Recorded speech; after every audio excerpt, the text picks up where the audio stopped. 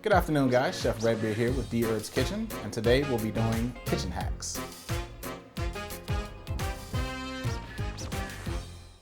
So today we'll be cutting some green onions. These are much milder in flavor than their cousin, the red or the white onion.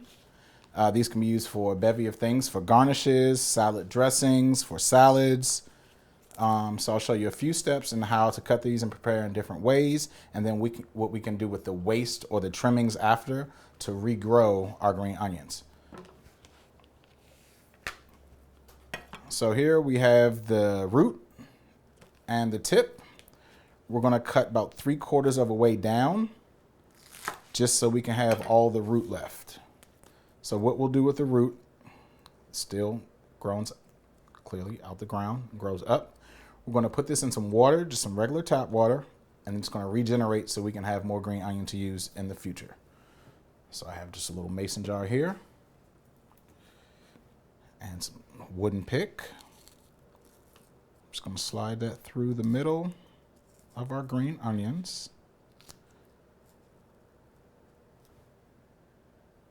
Just so I can set in the water and it'll regenerate the green onion. So then with the top of our green onions, this is used in stir fries, a lot of Asian cooking, a lot of Mexican cuisine, Indian cuisine, for just some chopped green onion. So very tightly grab and make small slices down on the cutting board, small circular rounds. That gives us a nice green onion for garnish or salad. You can also cut it on a bias, which is typically seen in most Asian cuisines, where we would cut it, again, on a bias, not circular, but on an angle. And it gives you these beautiful cuts of green onion. Super simple, super easy. Now, if you're gonna make maybe some cheese dip with some cashews, we can cut those in much larger rings, about 1/2 inch,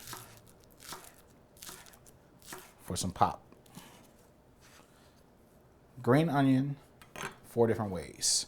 Small rings on a bias, larger cut for dips, and we have here for regenerative growth.